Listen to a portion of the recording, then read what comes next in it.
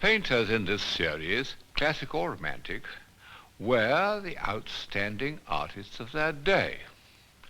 Successful, influential, part of the whole European movement, all but one, William Blake. All his life he was miserably poor and worked only for a few patrons or friends.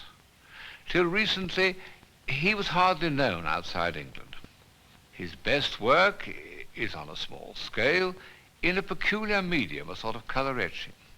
Compared to the great canvases of David or Delacroix, his prints must seem almost invisible. So why do I include him?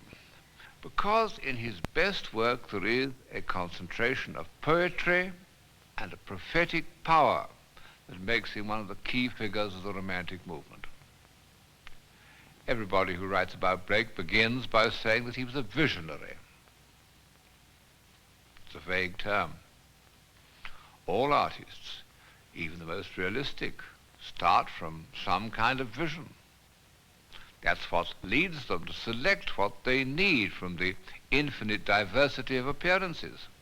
But with Blake, the word vision meant something more precise.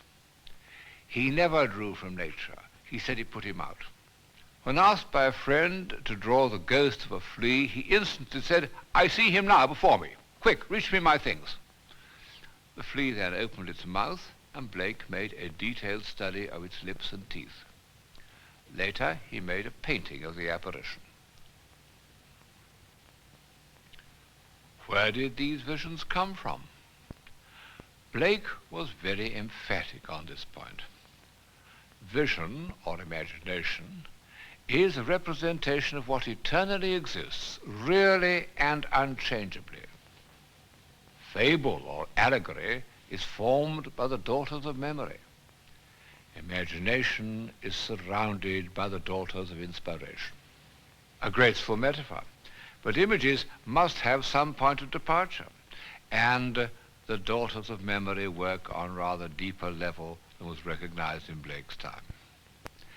They even contributed to the vision of a flea, which seems to be compounded of a plate in a book called Micrographia and the devils at Michelangelo's Last Judgment. The fact is that Blake's visions did come from memory. From his childhood onwards, he had been a collector and an insatiable devourer of prints. And in 1784, on the death of his father, he set up as a print dealer. He continued to run the shop for 3 years, and an astonishing variety of material passed through his hands, including, as we can see from his work, such unexpected items as illustrated books on Eastern religions, books on Assyrian sculpture, and perhaps a few medieval manuscripts. Without doubt, the items that interest him most were prints after Michelangelo and the antique, and that book of engravings after the Bolognese painter Tibaldi, which I mentioned when talking about Fuseli. Blake's earliest original design is the engraving known as Glad Day, dated 1780. No doubt that this figure was extremely important to him. It was one of his longest held and most consistent visions. Blake had taken the design from a Renaissance diagram of a geometricized figure, what is known as Vitruvian man, perhaps this woodcut in Scamozzi's architecture. Blake was never afraid of contradictions, but nothing could be more paradoxical that he should have found in this attempt to circumscribe man by reason, by the geometry that he detested, a symbol of liberated energy. But here a typical complication appears. Blake made a pencil drawing of a Glad Day, and on the back did another of the same figure seen from behind. This backward view also became important to him and appears in one of his last great prints, Albion Adoring the Crucified Christ, which comes near the end of Jerusalem. Now, it is not at all characteristic of Blake, whose approach to form was graphic and not sculptural, to draw a back and front of the same figure. But the anomaly is explained by the fact that in a book called The Antiquities of Herculaneum, a book which was certainly known to Blake, is an engraving of the front and back of a Hellenistic bronze, and this bronze represents a Dionysiac figure dancing. So the title he gave to the first version of this idea, The Dance of Albion, is correct. Because Blake's visions often preceded his thoughts, he was not usually at his best in illustrating other people's work. But in 1787, Blake made the decision that was to release and transform his art. Instead of illustrating other people's writing, he would use his visions to decorate or illuminate his own poems. The first result was the Songs of Innocence and the Songs of Experience. The word illuminate suggests something very significant in Blake's character as an artist, his sympathy with the Middle Ages. He wrote, "Greece and Rome, so far from being parents of arts and sciences, as they pretend, were destroyers of all art. Grecian is mathematical form, Gothic is living form." When he came to rework his very earliest engraving, which is a direct copy of a figure in Michelangelo's Crucifixion of St. Peter, he inscribed it, "This is one of the Gothic architects who built the great cathedrals in what we call the Dark Ages," one of those haunting pieces of nonsense with which Blake's writings abound. He would have been more at home in an inward-turning 13th century scriptorium than in the life class of an 18th century academy. His first instinct was to decorate books rather than paint easel pictures. He involved a technique of book decoration in which the background was etched away, the relief lines printed, and the whole then colored by hand. Although the basis of each copy was the same, the final results differed considerably. They were as much individual creations as medieval miniatures, which were, in fact, nearly all based on earlier pattern books. His first job as a boy had been to make drawings of the monuments in Westminster Abbey for a publisher named Bazar.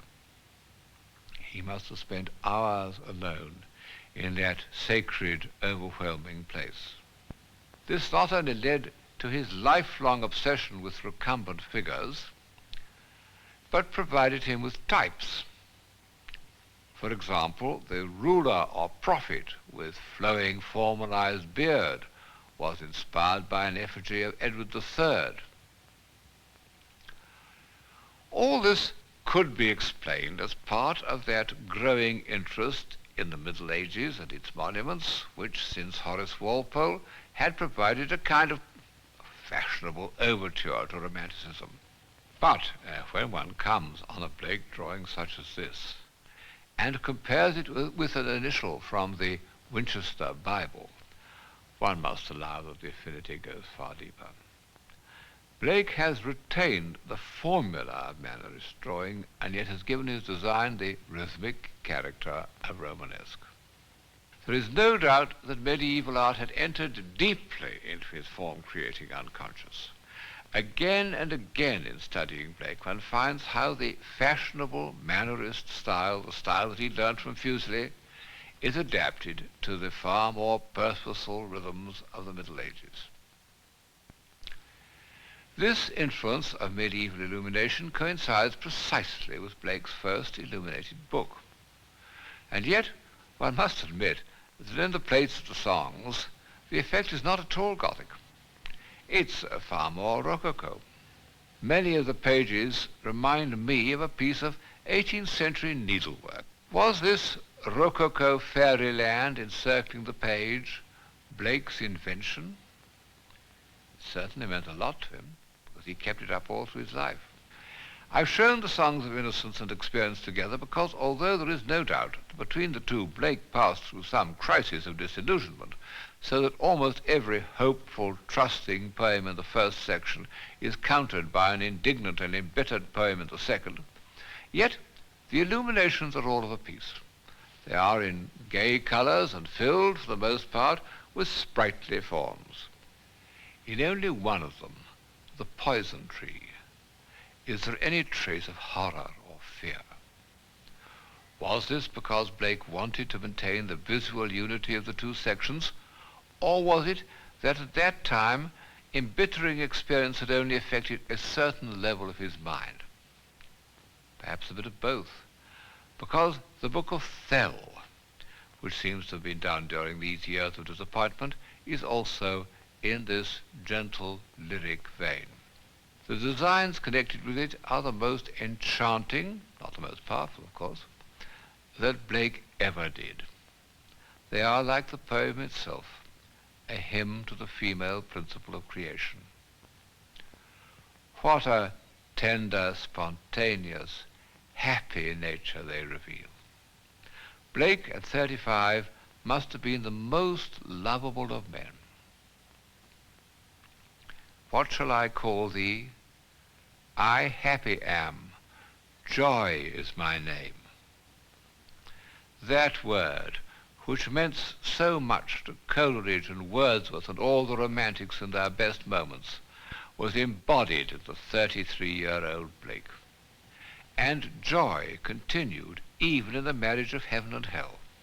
The designs surrounding the text are expressions of flaming energy. Blake enjoys his defiant reversal of orthodox values. In the present conflict of young and old, we know which side Blake would be on. Then, 3 years later, came America, the Horizon, and Europe.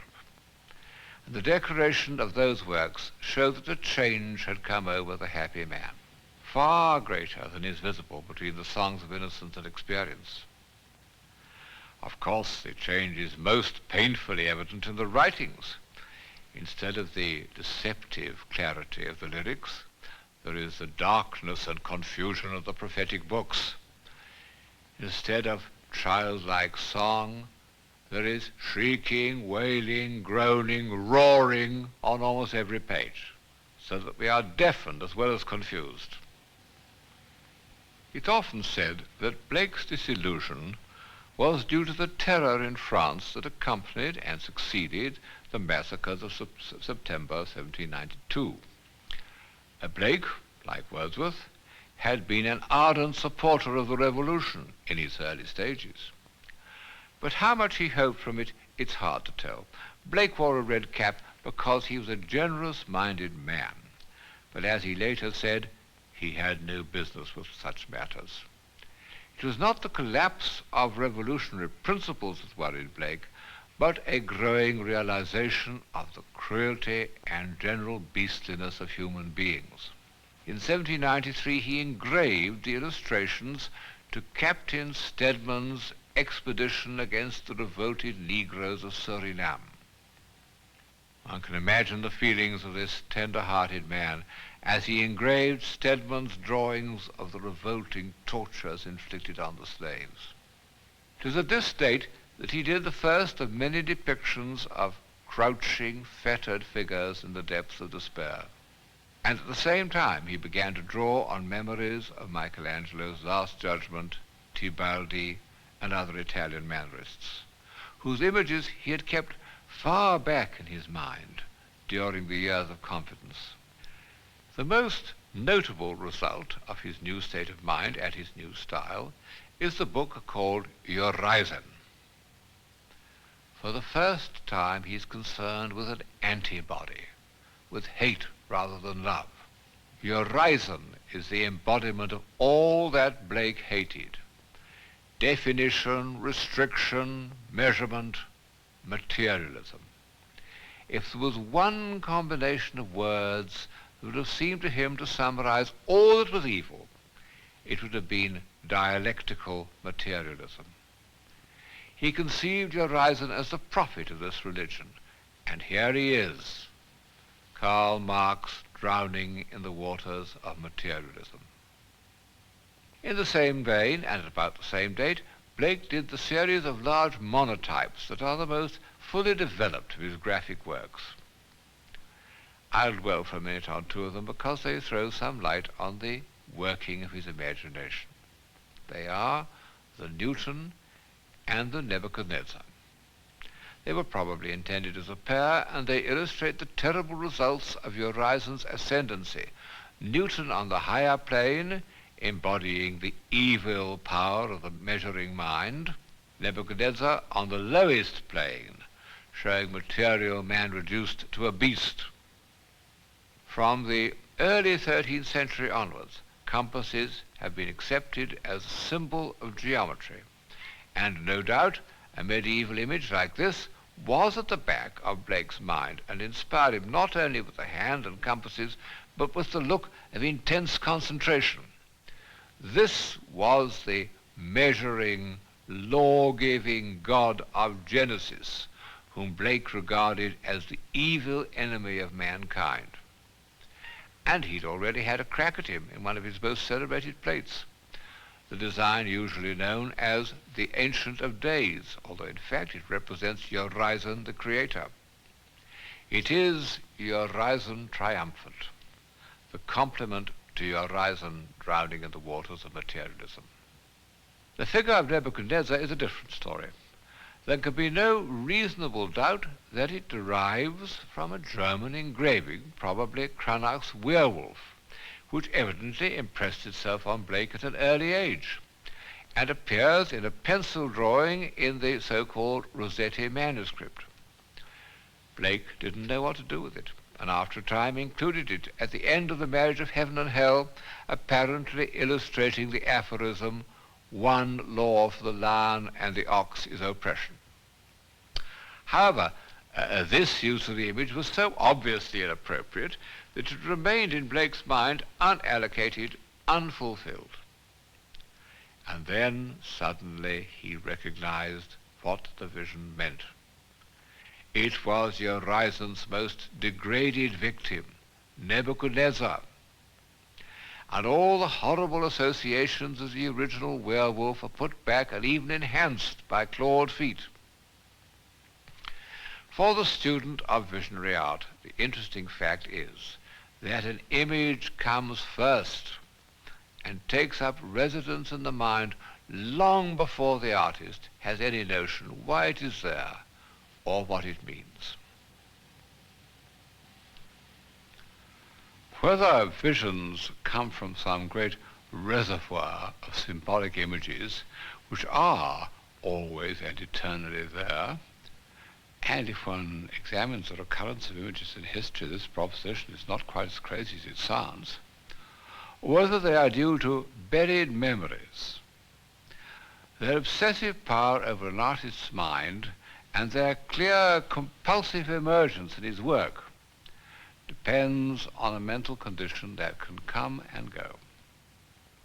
When for some reason they no longer present themselves to the mind's eye alive or clamoring to be born, the visionary artist has a hard time. Dark days. And this is particularly true if he has lost the habit of feeding his mind on the observation of nature. Between 1789 and 1794, Blake didn't need to use his eyes. He was inspired. All his greatest works, poems and prints, were done within those 5 or 6 years. No wonder there was a period of reaction when visions no longer came unbidden, and Blake was driven back to squeezing out and reassembling his memories. The eagle of inspiration still hovered above his sleeping form. This and other illustrations to Milton and Jerusalem show that authentic visions still appear to him. But in the obscure years between 1810 and 1820, there must have been many more evenings of despair. We know that even in his later years, when he did some of his greatest work, he could feel that the doors of enlightenment were closed to him. One of his young admirers, George Richmond, told Blake that he felt deserted by the powers of invention. To his astonishment, Blake turned to his wife suddenly and said, "It is so with us, is it not, for weeks together, when the visions forsake us?" Yet by this time he seems to have been enjoying a wonderful rebirth of visionary powers. A group of young men had discovered him living in poverty and almost total neglect, and had treated him like a prophet and sage. Through one of them, Linnell, he was given the commission that was to lead him to his best-known work, the engraved illustrations to the Book of Job. Inspiration had returned and entered his left foot like a star. I made the point earlier that Blake's visions are convincing when they represent his own private world of poetry and mythology, and not when they illustrate someone else's. The Job is no exception to this rule. Blake had been brooding on the story of Job for almost 40 years. In the course of time, he had entirely recreated the allegory in his own terms. In the Bible, Job is the victim of Jehovah, Blake's pet aversion, whom he used to refer to as old Mr. Nobodaddy. And Job's sin is primarily that of disobedience. In Blake's version, the Almighty is the higher nature of Job himself, and thus indistinguishable in his countenance, punishing him for the sins of materialism and complacency. By selection, emphasis, and the inclusion of other biblical texts, he makes the book of Job as expressive of his own philosophy as any of his prophetic books, perhaps rather more so, as it gives him a firmer guiding line and a more economical vocabulary, the only one of his giants who attained form and proportion. The Job engravings achieve a finality and almost classic consistency exceptional in his art. We're no longer disturbed by the peculiar mannerisms of Blake's drawings. We don't think of Fuseli or Tibaldi. We think, as Blake meant us to think, of the meaning of each episode, which is further enriched by the quotations that surround it. The other masterpiece of Blake's old age, the 100 large watercolors illustrating Dante, is in a way the most inexplicable of all his works. It goes clean contrary to my theory that Blake lost his powers when illustrating another poet. Moreover, Dante's ideas are contrary to everything that Blake believed, and had always believed with passionate conviction. If he hated both Aristotle and the hierarchy of heaven, how could he tolerate Dante? If he thought the punishment of sins was evil, how could he illustrate the Inferno? Unanswerable questions. And yet, I think that pictorially the Dante drawings are the finest things he ever did. Where Blake scholars have remained discreetly silent, only a rash man would offer an explanation. However, I can't resist recording my belief that when at the age of 60 Blake learnt Italian and read Dante, he felt himself for the first time in the company of a superior being, a sharper imagination, a more powerful intellect. He had written, "I must create my system or be enslaved by another man's." He had created his system, and a pretty good muddle it is. At the end of his life, he had the humility and greatness to draw inspiration from another man's. Those who visited Blake in his old age dwell on his extraordinary serenity as he sat up in bed at work on the Dante drawings. The watercolors themselves have a freedom, a lack of dogmatism that we don't find in the illustrations to his own prophetic books. I don't think it's fanciful to see in the best of them a feeling for the rhythms of medieval art. This one has the design of a Gothic window. Even more curious is this watercolor of Dante's Whirlwind of Lovers, one of the finest things Blake ever did. where the quasi-mannerist nudes are made into a gigantic Romanesque ornament. The so-called Celtic rhythm is unmistakable. No doubt that Blake was a man of genius, a poet and a prophet. But how good an artist was he? Well, it's partly a matter of scale. We must allow that the men who illustrated the great books of the Middle Ages were artists of the first quality, and Blake could be included among them. He also expressed one very important aspect of the Romantic movement which would otherwise have been without pictorial expression, the need for a new religion or for a new interpretation of Christianity. Blake was a religious artist, and at the end of the prophetic book, Jerusalem, there is an illustration combining some memory of Indian sculpture with a print of the prodigal son that illustrates these lines: all human forms identified, living, going forth and returning wearied into the planetary lives of years, months, days, and hours, reposing and then awakening into his bosom in the life of immortality.